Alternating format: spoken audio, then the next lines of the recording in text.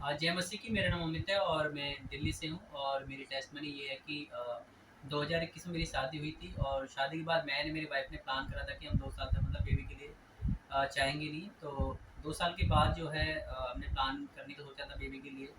तो कुछ वाइफ की फैमिली की तरफ से भी थोड़ा प्रेशर था कि इतना टाइम हो गया बेबी नहीं है, तो बहुत सारी आजकल कॉम्प्लिकेशन वैसे चल रही, तो सब कुछ देखते हुए फिर बहुत सारा प्रेशर है। बट मुझे तो परमेश्वर पे यकीन था कि जब मैं चाहूँगा वो मुझे ब्लेस करेगा। तो इसके बाद जो है फिर ज़्यादा ही वो होने लग गया, तो हमने ट्राई करा। तो हम चाहते थे इंस्टेंट बेबी के लिए कि जल्दी से यार मेरी वाइफ कंसीव कर ले। तो मेरे मन में बहुत ही सारी बातें चल रही थी। तो जैसे मैं ऑनलाइन प्रेयर अटेंड करता हूँ, हमारे जो पास्टर हैं गुरप्रीत सिंह जी जो हैं उनकी मैं प्रेयर अटेंड करता हूँ। तो जब मेरे मन में था, मैंने कहा आज मैं पास्टर जी से प्रेयर कराऊंगा, पर परमेश्वर ने उस बात को अपने दास पर जाहिर करा, जैसे परमेश्वर अपने दास पर जाहिर करता है हर बात को। जैसे तो उसकी उस दिन पास्टर जी ने खुद ही बोला कि जिसको बेबी के लिए बेबी ब्लेसिंग के लिए प्रेयर करानी है वो अपनी प्रेयर करा सकते हैं। तो मैंने उस दिन प्रेयर कराई और पास्टर जी ने बहुत सारी चीज़ें मुझे बताई कि ऑयल भी यूज़ करना है। तो मैंने अपनी वाइफ के ऑयल वगैरह यूज़ करा। तो नेक्स्ट सितंबर में पास्टर जी ने प्रेयर करी और अक्टूबर में मेरी वाइफ ने कंसीव करा। मैं परमेश्वर का धन्यवाद करता हूँ।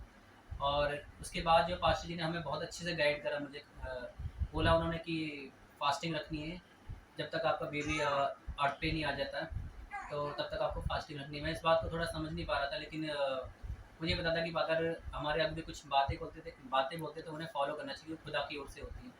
तो मैं इनकी बात को फॉलो करा और मैंने फास्टिंग रखनी स्टार्ट करी। फास्टिंग ने जैसे मुझसे बोला था कि 7 दिन, 2 दिन, 4 दिन, 5 दिन, 21 दिन की मैंने फास्टिंग रखनी स्टार्ट करी। और फिर जब बीच में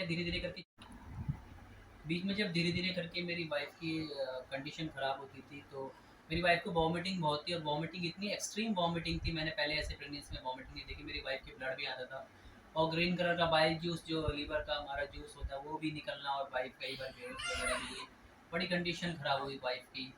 तो वो सब चीज़ें देख के मेरे को समझ में आया कि पास्टर जी ने फास्टिंग के लिए क्यों बोला।